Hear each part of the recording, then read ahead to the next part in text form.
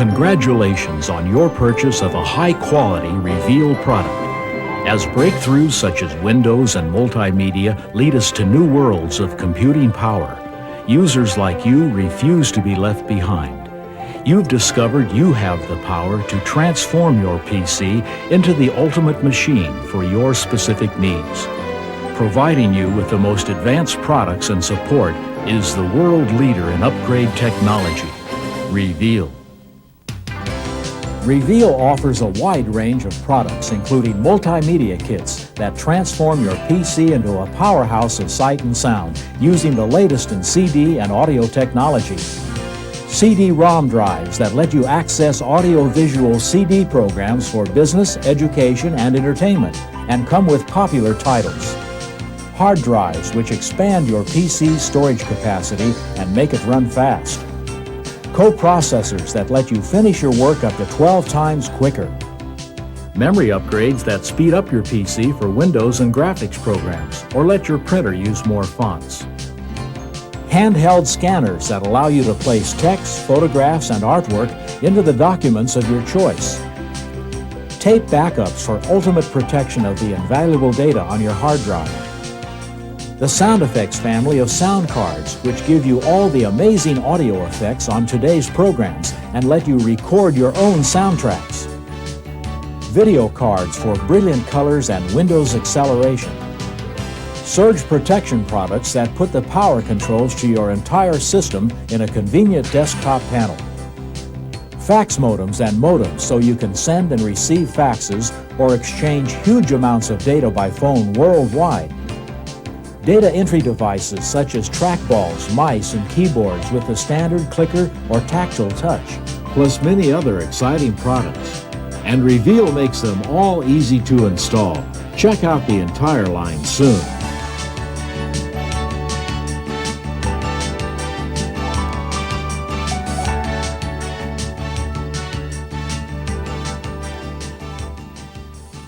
Hello there. Welcome to Reveal's installation video.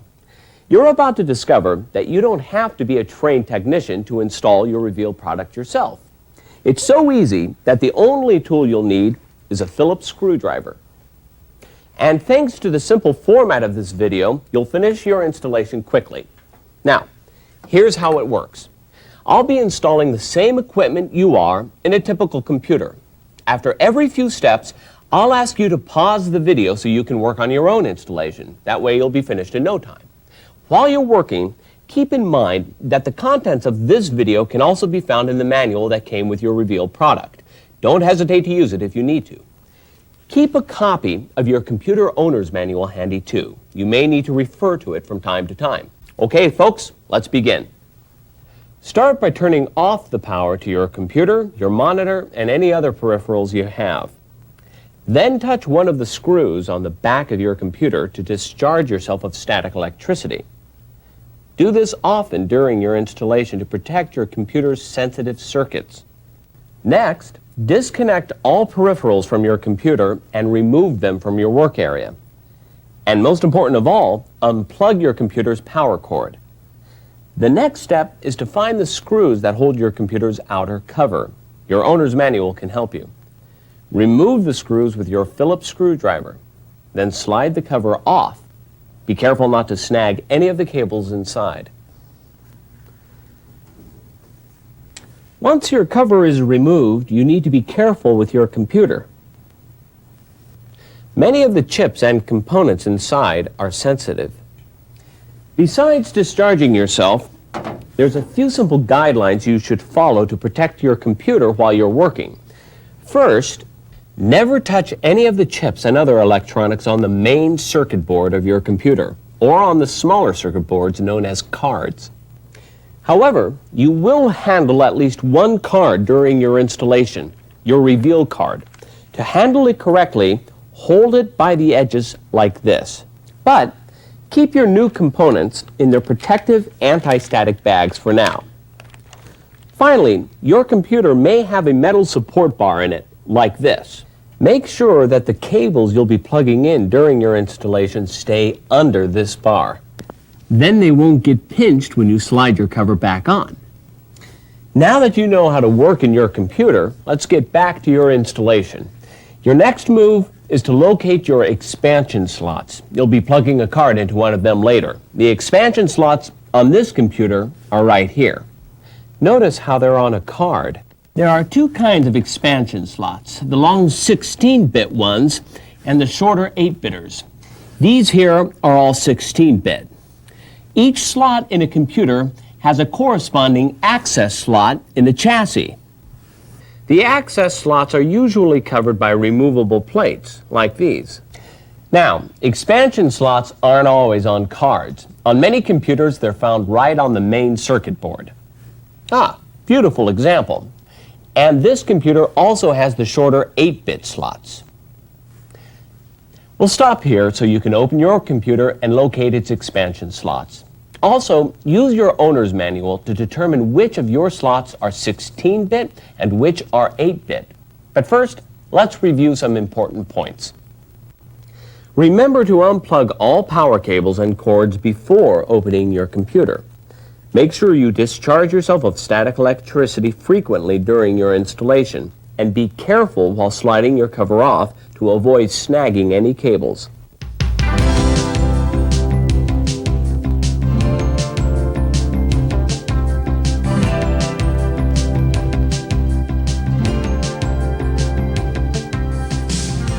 Ah, you're back. Got that cover off okay? Find those expansion slots? All right then. Now let's see where you're going to mount your CD-ROM. It's designed to fit into any one of the 5¼ inch mounting bays in the front of your computer, right here. Before you decide which bay to mount your drive in, make sure there's a matching opening for the bay in your computer's cover. The opening will probably be blocked by a plate, which is either removed with screws or simply snapped out. Now, on this computer, there's another plate we need to remove. It's called a blanking port. It's covering the entrance to the bay we're going to use. You might have one too. Some blanking ports are attached with screws, which you simply remove, but others, like this one, are held on with solder joints. You just tap on the joints with a screwdriver handle and flex the blanking port until it comes free. The next step is to carefully remove your CD-ROM drive from its bag and set it on a clean surface. Then check your owner's manual for special instructions on drive installations. For example, the manual may tell you to attach metal or plastic rails to your drive. Reveal includes a set of plastic rails with your CD-ROM. If you're required to use metal rails, they should be pre-installed in your bay.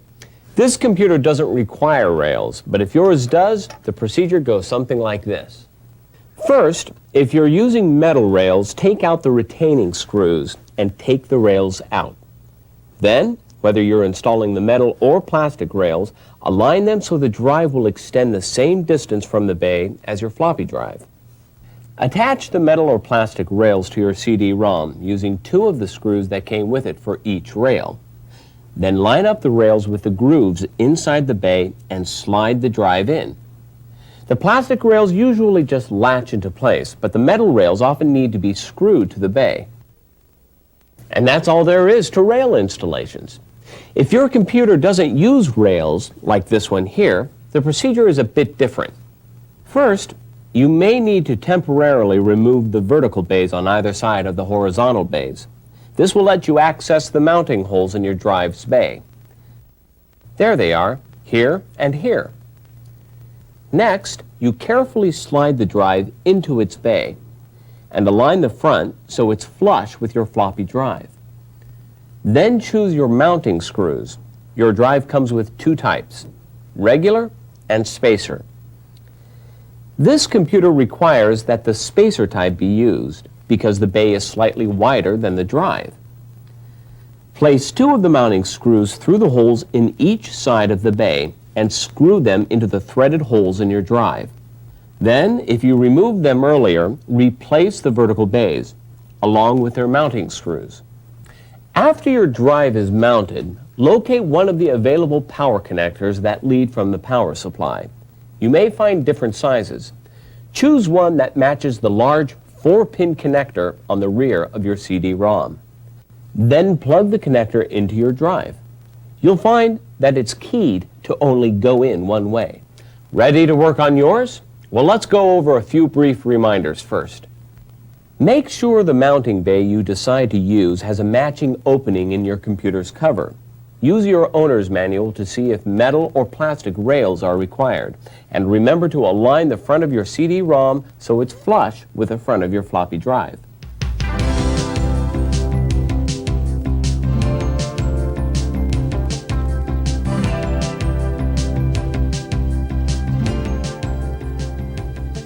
Oh, wow! You're moving right along. All right. Now, all that remains is to connect your CD-ROM to its interface card. Now, if your computer has a sound card, such as a Reveal sound effects model, you may be able to plug your CD-ROM into that card instead. That would give you an extra expansion slot because you wouldn't have to install your CD-ROM's card. Now, to see if you can do that, check the supplement that came with your CD-ROM. You may want to pause the video and check right now. If you'll be connecting your CD-ROM to a sound card, just follow the directions in the supplement. If you'll be using the interface card that came with your drive, your installation will proceed like this. First, pick any available 8-bit expansion slot in your computer. If you don't have an 8-bit slot, you can use a 16-bit one. Next, undo the screw that holds the cover plate on the expansion slot's access slot and remove the plate.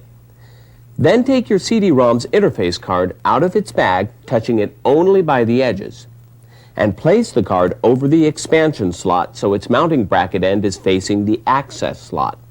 Then gently plug the card in until it's firmly seated in the slot. Your computer may have a special holder on the end of the access slot. If so, make sure the mounting bracket slips into the holder when you plug in the card. Then, use the screw you removed to attach the card's mounting bracket to the chassis. Now, pick up the wide data cable that came with your CD-ROM. Plug one end of the cable into the 40-pin connector at the rear of your drive. Your cable may be keyed to plug in only one way. If it's not, make sure the cable's colored stripe is facing pin number 1, which is marked clearly on your drive. Next, take the connector on the other end of the cable and plug it in to the 40-pin connector on the card. Make sure the colored stripe on the cable is facing pin number 1, which is marked on the card. Then, pick up your CD-ROM's audio cable. Plug one end into the rear of your CD-ROM and the other end into the matching connector on the card. This cable is keyed to only plug in one way. It's as simple as it looks. I'll take a break here so you can catch up. Oh, and don't forget the simple guidelines we went over earlier for working in your computer. Here they are again. Remember not to touch chips and other electronic components. Handle circuit board cards only by the edges and keep your cables under your computer's support bar.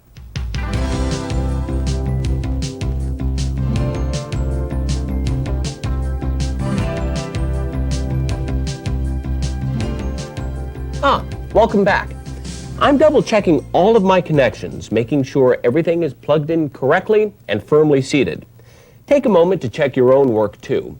When you're sure everything is perfect, you're ready to replace your computer's cover. Just slide it on, being careful not to snag any of the cables inside, and gently slip the front of the cover over your drives.